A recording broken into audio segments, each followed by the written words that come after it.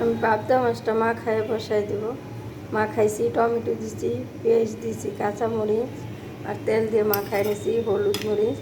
আমি অতিরিক্ত বেশি কোনো মশলা দিই নাই মাছে, খালি আমি ভাজা পেস্টটা দিব।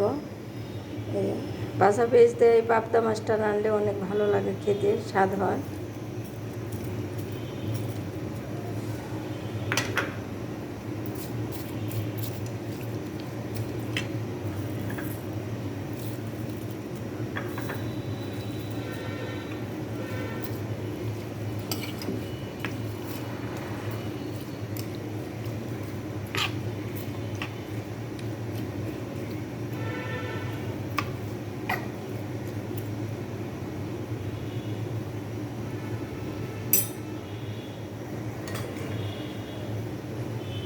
ধন্যবাদ দিব।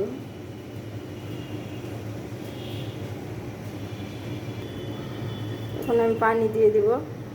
পানিটা আমি গরম পানি দিচ্ছি।